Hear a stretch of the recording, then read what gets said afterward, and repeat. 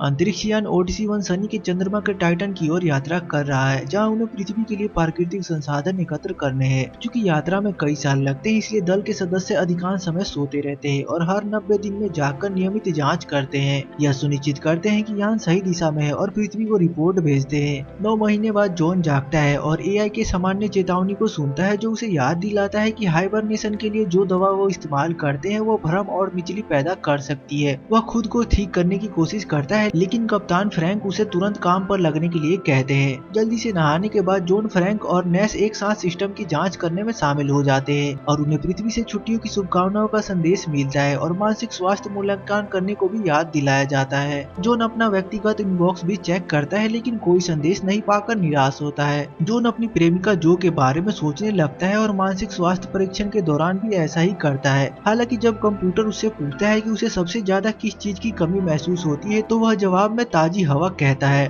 फिर वो नेस से कबूल करता है कि उसे जो का अंतिम नाम याद नहीं है, लेकिन नेस उसे चिंता ना करने के लिए कहता है, क्योंकि जागने के बाद ऐसा भ्रम होना सामान्य है। इसके बाद जॉन अपना रखरखाव का काम जारी रखता है और उसे वह दिन याद आता है जब उसने जो से एक पार्टी में मुलाकात की थी, जिससे उसका अंतिम नाम याद आ जाता है। अब जॉन बहुत अधिक सहज महसूस करता है और जब सारा काम हो जाता है तो तीनों पृथ्वी को संदेश भेजते हैं कि सब कुछ ठीक है और वो फिर से हाइबरनेशन पोर्ट्स में चले जाते हैं। जॉन जैसे ही सोने लगता है, उसे वह दिन याद आता है जब उसने जो को दूसरी बार टाइटन्स मिशन के बारे में एक प्रस्तुति के दौरान देखा था। वीडियो में दिखाया गया था कि जहाज को बृहस्पति के चारों ओर एक स्लिंग शॉट युक्ति करनी होगी, जो उन्हें टाइटन्स की ओर भेज देगी। वहां से प्राप्त संसाधनों का उपयोग पृथ्वी के लिए स्वच्छ ऊर्जा के रूप में किया जाएगा और मानवता द्वारा ग्रह को हुए नुकसान से लड़ने में मदद मिलेगी।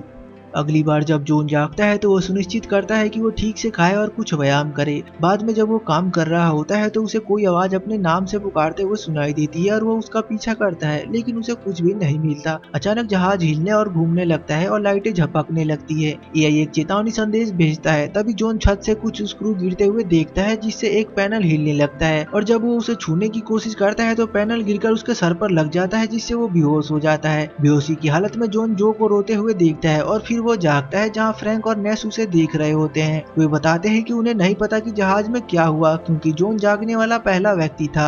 जब जॉन उस छेद में जाता है तो पाता है कि जहाज के कई आंतरिक हिस्सों को भारी नुकसान हुआ है। इसके बाद आंतरिक यात्री बाहरी वीडियो का फीड्स की जांच करते हैं और पाते हैं कि जहाज के बाहरी हिस्से को भी नुकसान हुआ है, लेकिन रिकॉर्ड में टकराव का कोई भी क्षण नहीं दिखता और पृथ्वी से भी कोई संदेश नहीं भेजा गया। वे बिजली और सिस्टम को रीसेट करते हैं, लेकिन सब कुछ ठीक दिखता है। फ्रैंक फैसला करता है कि वो फिर से क्षति की जांच करेंगे, जबकि जॉन ह्यूस्टन को स्थिति की जानकारी देने के लिए एक संदेश रिकॉर्ड करता है। ऐसा करते समय उसे जो के साथ एक कैफे में हुई अगली मुलाकात की याद आती है, जहां उसने जॉन को उस वीडियो गेम में मदद की थी जिसमें वो फंसा हुआ था। वे काफी देर तक बातें करते हैं और जॉन ने साझा किया कि उसका कोई परिवार नहीं था। यही वजह थी कि उसे टाइटन मिशन के लिए चुने जाने का अच्छा मौका मिला। अब वर्तमान में फ्रैंक बताता है कि चूंकि सब कुछ ठीक काम कर रहा है और चालक दल के लिए कोई खतरा नहीं है, इसलिए उन्हें योजना के अनुसार मिशन जारी रखना चाहिए। नेस विरोध करता है और कहता है कि यह बताने के लिए अभी बहुत जल्दी है। इसलिए फ्रैंक यह मानने पर विचार करने लगता है कि जहाज में संरचनात्मक तनाव हो सकता है, जिससे उसका डीकम्प्रेशन हुआ हो। जॉन इसे मानने से इनकार करता है, क्योंकि जो भी डिजाइनर में से एक थी, लेकिन नेस इसे मान लेता है और कहता है कि अगर ऐसा हुआ है तो जब वो स्लिंग शॉट करेंगे तो जहाज में विस्फोट हो सकता है। फ्रैंक उन्हें मरम्मत पर काम करने का निर्देश देता है और फिर घोषणा करता है कि वो पृथ्वी से कोई संदेश प्राप्त होने तक सामान्य रूप से आगे बढ़ते रहेंगे। जब जॉन मरम्मत का काम कर रहा होता है तो वो जो के बारे में सोचता रहता है और उस रात को याद करता है जब उसने जो के घर का दौरा किया था और पहली बार उनके बीच नजदीकियां बढ़ी थी। अचानक नेस उसे जगाता है, जो अब उसे इस बात पर जोर दे रहा होता है कि क्षतिग्रस्त जहाज में उड़ान भरना एक भयानक विचार है और उन्हें मिशन को रद्द कर देना चाहिए। उसी समय लाइट्स और स्क्रीन कुछ सेकंड के लिए झपकती है और फिर सामान्य हो जाती है। नेस डायग्नोस्ट चलाता है, लेकिन पावर फेल होने का कोई भी संकेत नहीं मिलता। उन्हें फ्रैंक का कॉल आता है, जो उन्हें अपने ऑफिस में बुलाता है। उसने उनकी बातचीत सुनी थी और बताता है कि अगर वो पृथ्वी पर वापस जाते हैं और ह्यूस्टन पुष्टि करता है कि जहाज में कोई समस्या नहीं है, तो वो बड़ी मुसीबत में पड़ जाएंगे। फ्रैंक उन्हें याद दिलाता है कि उन्हें टीम की तरह एक साथ काम करना चाहिए और उन्हें वापस उनके हाइबरनेशन पोर्ट में भेज देता है। जॉन सोने के लिए तैयार होने लगता है और उसे वह सुबह याद आती है जब जॉन ने कहा था कि उन्हें फ्रेंड्स विद बेनिफिट वाला संबंध रखना चाहिए, क्योंकि जॉन जल्दी ही जा सकता है। फिर नेस जॉन के पास आता है और उसे सुझाव देता है कि वो 90 दिनों के बजाय 79 दिन और 12 घंटे की नींद का समय सेट करे। इस तरह वो फ्रैंक से पहले जाग सकते हैं और स्लिंग शॉट को उल्टी दिशा में करके पृथ्वी की ओर लौट सकते हैं। लेकिन जॉन मना कर देता है और कहता है कि यह एक विद्रोह होगा। निराश नेस उसे अंटार्कटिका की एक कहानी सुनाता है जहाँ चालक दल ने बर्फ की परत में एक दरार पाई थी जो स्टेशन की ओर बढ़ रही थी। वो स्टेशन को खाली कराना चाहते थे, लेकिन उनके कमांडर ने अपनी बंदूक निकाल ली और किसी को भी जाने की कोशिश करने पर जान से मारने की धमकी दी। बाद में बचाव दल को भेजा गया, लेकिन कमांडर का कहीं पता नहीं चला और बाकी चालक दल के सदस्यों को सिर में गोली मार दिया गया था। आखिरकार जॉन मान जाता है और कहता है कि अगर वे जागने पर और क्षति के सबूत पाते हैं तो वो नेस की मदद करेगा। जैसे ही जॉन नए टाइमर के साथ सोने जाता है, वो पृथ्वी पर बिताए अपने आखिरी महीनों के बारे में सोचता है। उसे याद आता है कि कैसे वो जो के साथ निजी तौर पर अच्छे पल बिताता था, लेकिन टाइटन के बारे में व्याख्या के दौरान पेशेवर रूप से व्यवहार करता था। अगली बार जब वो जागता है तो उसे जहाज के अंदर जो दिखाई देती है, लेकिन वह सिर्फ एक भ्रम होती है। जल्द ही नेस उसे देखने आता है और जॉन कबूल करता है कि वह चीजें देख रहा है, तो नेस कहता है कि यह भी एक कारण है जिससे उन्हें वापस चला जाना चाहिए। दोनों ब्रिज पर जाते हैं और पाते हैं कि पृथ्वी से कोई संदेश नहीं आया है। वे कुछ समय के लिए बृहस्पति की खूबसूरती को निहारते हैं और फिर जॉन घोषणा करता है कि वो नेस की योजना का पालन नहीं करना चाहता क्योंकि उनके पास कोई भी सबूत नहीं है। यह सुनकर उनके बीच बहस शुरू हो जाती है। तभी फ्रैंक्स आता है जिसने उनकी योजना सुन ली थी और उसने भी अपना पोर्ट जल्दी जागने के लिए सेट किया था। वह नेस को काम करने के लिए भेजता है और जब नेस इनकार करता है तो फ्रैंक उसके कानों में कुछ फुसफुसाता है जिससे वो कमरे में चला जाता है। इसके बाद फ्रैंक जॉन से पूछता है कि क्या वे दोस्त हैं और वो उसके साथ एक पेय साझा करता है। वो वादा करता है कि अगर वास्तविक में खतरे का कोई भी सबूत मिलता है तो वो तुरंत मिशन को रोक देगा। इस बीच नेस रसोई में घबराते हुए चक्कर लगा रहा होता है। फिर जब जॉन खाने के लिए वहां आता है तो नेस उसे परेशान करने लगता है और समर्थन की मांग करता है। जॉन फिर से इनकार कर देता है और नेस अपना आपा खो बैठता है। वो जहाज को हुए नुकसान के बारे में चिल्लाता है और उसी समय फ्रैंक आता है और कप्तान जानना चाहता है कि क्या वे नेस के बिना स्लिंग शॉट कर सकते हैं और जॉन पुष्टि करता है कि हाँ वो कर सकते हैं क्योंकि सारे गणित कंप्यूटर में है। फ्रैंक नेस को पकड़ता है और कहता है कि वो ह्यूस्टन को उसकी अवज्ञा के बारे में बताएगा, फिर उसे भेज देता है। इसके बाद जॉन अपने दिन के काम में लग जाता है, लेकिन वो जो के बारे में इतना सोच रहा होता है कि उसे कुछ देर अंधेरे कमरे में बैठ के आराम करना पड़ता है। आखिरकार वह उस टूटे हुए पैनल के पास लौटता है जो अब छत से टेप के साथ जुड़ा होता है। जॉन छेद के अंदर जाता है और कई केबल्स को चिंगारियां फेंकते हुए देखता है। अचानक एक उपकरण खराब हो जाता है जिससे कई चिंगारियां और स्क्रू बाहर निकलने लगते हैं। फिर जहाज का क्षतिग्रस्त हिस्सा टूट जाता है और जॉन को अंतरिक्ष में खींचने से खुद को बचाने के लिए मजबूती से पकड़ना पड़ता है, लेकिन वो कमजोर पड़ जाता है और उसका शरीर शून्य में तैरने लगता है। उसी समय जॉन अचानक से जाग जाता है और समझ जाता है कि यह एक भ्रम था। फ्रैंक घोषणा करता है कि स्लिंग शॉट करने का समय आ गया है और नेस जॉन से इसे ना करने की भीख मांगता है, लेकिन जॉन उसे अनदेखा कर देता है। जब वो ब्रिज की ओर बढ़ता है तो जॉन को याद आता है जब उसने जो के साथ कीड़े पे चर्चा की थी कि कैसे प्रकाश की ओर उड़ना ही उनके अस्तित्व की प्रवृत्ति है। जल्दी ही फ्रैंक और जॉन नियंत्रण में होते हैं, लेकिन नेस को सिर्फ देखने की अनुमति होती है। कई गणना और तैयारियों के बाद वे थ्रस्टर को सक्रिय करना शुरू करते हैं और जहाज बृहस्पति के चारों ओर उड़ने लगता है। अचानक एआई घोषणा करता है कि सिस्टम में ओवरलोड हो रहा है। फिर भी फ्रैंक जॉन को आगे बढ़ने के लिए कहता है। उसी समय पैनल के अंदर इकाई लगातार चिंगारियां छोड़ रही होती है। जहाज तेजी से हिलता है, फिर भी बृहस्पति के चारों ओर उड़ान पूरी करके जॉन समय पर बटन दबा देता है। स्लिंग शॉट सफल होता है और जहाज स्थिर हो जाता है और सिस्टम पुष्टि करता है कि वो अब टाइटन की ओर सही रास्ते पर है। जश्न मनाने के लिए पीने के बाद जॉन थोड़ा और व्यायाम करता है और फिर कुछ मरम्मत का काम करता है। वो रेडियो की जांच करता है और एक अजीब आवाज सुनता है, इसलिए वह अपना कान पास में ले जाता है और अचानक कोई उसका नाम चिल्लाता है। वो रेडियो को बाकी आंतरिक यात्रियों के पास ले जाता है जो कहते हैं कि उन्होंने कम्युनिकेशन का इस्तेमाल नहीं किया था। हो सकता है कि यह एक एको हो, लेकिन रडार पर हजारों मील के दायरे में कुछ भी नहीं दिखता।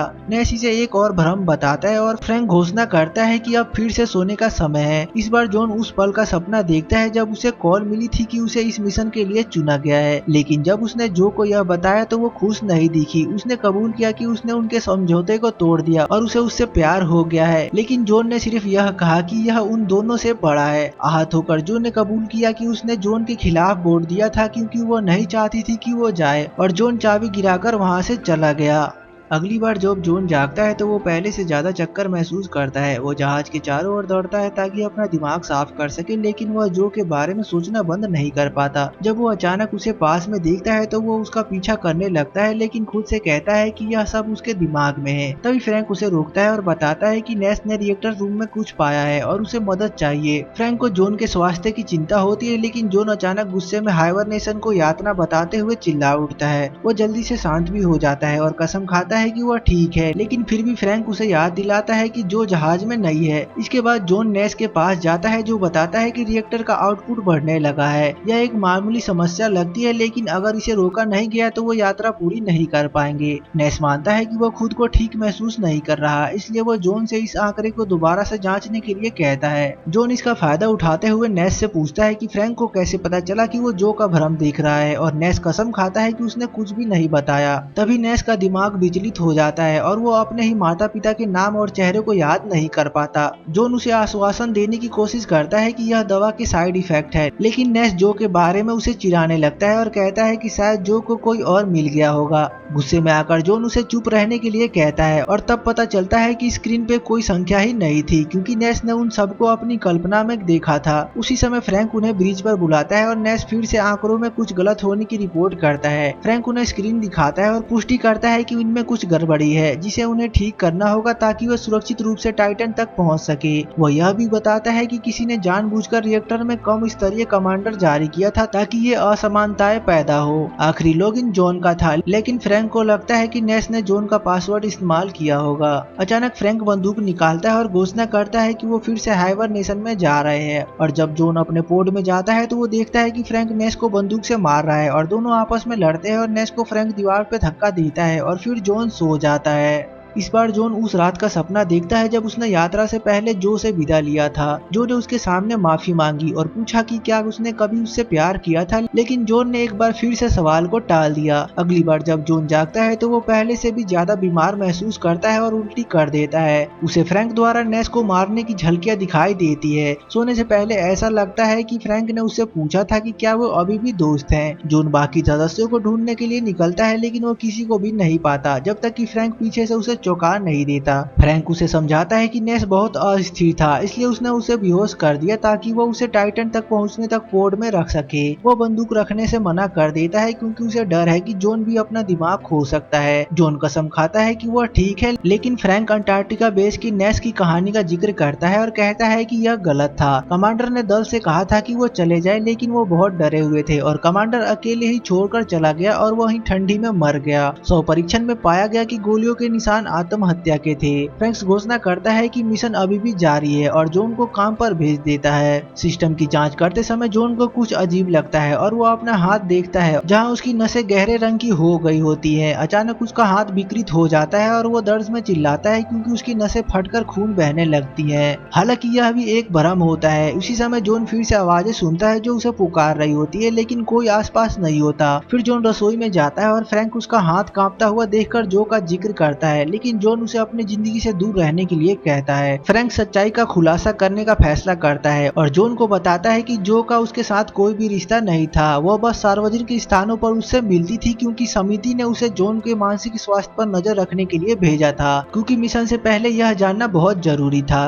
जॉन यह बात मानने से इनकार कर देता है और उसे समझ नहीं आता कि फ्रैंक इतनी सटीकता से जो के साथ हुई उसकी मुलाकातों का जिक्र कैसे कर सकता है। फ्रैंक बताता है कि वह भी उसकी समिति का हिस्सा था। जॉन इस पर विश्वास नहीं करता और वहां से दूर चला जाता है और रेडियो की मरम्मत करता है। काम करते समय भी वह जो के बारे में सोचता रहता है और अपनी यादों पर शक करने लगता है। तभी उसे ह्यूस्टन से किसी का संपर्क आता है जो उससे सवाल पूछता है, लेकिन वह जॉन के जवाब को नहीं सुन पाते और कॉल कट जाता है। फिर फ्रैंक उसे ब्रिज पर बुलाता है और उसे डांटता है कि वो इतनी दूरी से पृथ्वी पर संपर्क कैसे कर सकता है। फ्रैंक उसे सिक्योरिटी फुटेज दिखाता है और साबित करता है कि जॉन अकेले ही बात कर रहा था, और उसे शांत करने के लिए उसे दिखाता है कि वो अंतरिक्ष में कितनी दूर तक आ चुके हैं। जॉन फिर से हाइबरनेशन में जाने से इनकार करता है और कमरे में जाकर खुद को बंद कर लेता है कि इससे पहले कि फ्रैंक उसका पीछा कर सके। वो नेस से मिलने की मांग करता है और फ्रैंक कहता है कि वो स्लीप साइकिल को बाधित नहीं कर सकता, लेकिन वादा करता है कि वो जॉन को उससे मिलने ले जाएगा। जैसे ही जॉन दरवाजा खोलता है, फ्रैंक उसे दीवार से धक्का देता है और फिर जमीन पर गिराकर धमकी देता है कि अगर उसने सोने से इनकार किया तो वो उसे मार डालेगा। नेस के साथ जो हुआ उसे याद करते हुए जॉन फ्रैंक पर हमला करता है और उसकी बंदूक छीनने की कोशिश करता है। दोनों के बीच लड़ाई शुरू हो जाती है और फ्रैंक लगभग जॉन का गला घोट देता है, लेकिन जॉन उसे मुक्का मारकर खुद को छुड़ा लेता है।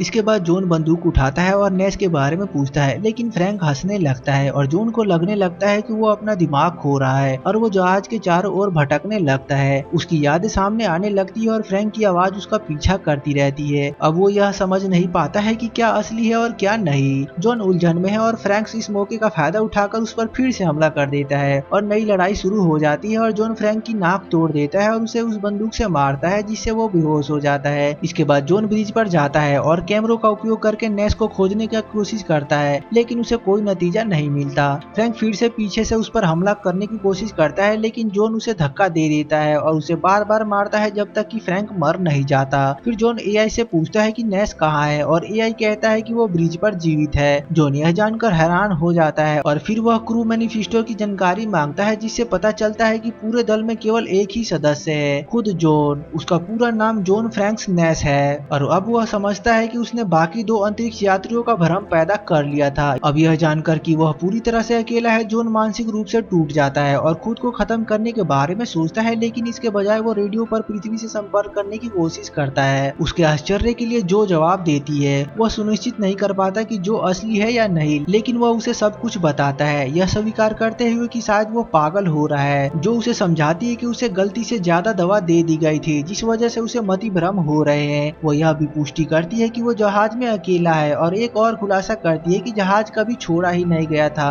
जॉन लोन से पहले सो गया था और उसे न्यू मैक्सिको में एक प्रशिक्षण सुविधा में रखा गया था, जो बताती है कि जॉन को एक परफेक्ट जहाज की प्रकृति में रखा गया था, जो 1000 फीट नीचे जमीन के अंदर था। यह सब इस बात की जांच करने के लिए किया गया था कि हाइबरनेशन और अकेलेपन का मानव मस्तिष्क पर क्या प्रभाव पड़ता है। जो कहती है कि उसे भी इस बारे में पता नहीं था, वरना वो ऐसा नहीं होने देती। जॉन को यह जानकर झटका लगता है जब वो बृहस्पति और स्लिंगशॉट के बारे में जो से पूछता है, तो वह बताती है कि यह सब एक सिमुलेशन था। जहाज के हुल और पैनल को हुए नुकसान का कारण एक भूकंप था, जिसकी वजह से उसे कैमरे पर कुछ भी नहीं दिखाई दिया और भूकंप के कारण उनका संचार कट गया, इसलिए जो उससे पहले दवा के बारे में चेतावनी नहीं दे पाई। अब वह उसे बताती है कि सब कुछ खत्म हो चुका है और उसे बस एयरलॉक से बाहर निकलना है, जहां उसे बचाव सुरंग मिलेगी। जॉन तुरंत निकलने के लिए तैयार हो जाता है, लेकिन तभी फ्रैंक फिर से प्रकट होता है और उसे ऐसा ना करने के लिए कहता है। फ्रैंक जोर देकर कहता है कि जो के साथ हुई बातचीत असली मति भ्रम थी, क्योंकि जॉन का दिमाग अब तक ऐसी स्थिति की व्याख्या चाहता था जो समझ में आए। हालांकि जॉन इस बात पर विश्वास नहीं करता कि फ्रैंक असली है और वह एक एयरलॉक खोल देता है, यह कहते हुए कि वह घर जाना चाहता है। फ्रैंक पीछे हट जाता है और जॉन जो से कहता है कि वो उससे प्यार करता है। इसके बाद एआई आखिरी दरवाजा खोलता है और बाहर एक भूमिगत सुरंग दिखाई देती है और जॉन को ऊपर नकली जहाज दिखता है। इलाका हिलने लगता है और जॉन को मशीनों की आवाजें सुनाई देती है जो उसे बचाने के लिए जमीन में खुदाई कर रही है। वो एक सीढ़ी पर चढ़ता है और चिल्लाता है ताकि लोग उसकी स्थिति जान सके। उसी क्षण एक लाइट झपकती है और जब जॉन उसे छूता है तो उसे कीड़े के बारे में हुई बातचीत याद आती है, जो रोशनी की ओर उड़ते हैं। आखिरकार सच्चाई सामने आती है और जॉन वाकई में अंतरिक्ष में था और उसका शरीर अंतरिक्ष में बाहर फेंक दिया जाता है।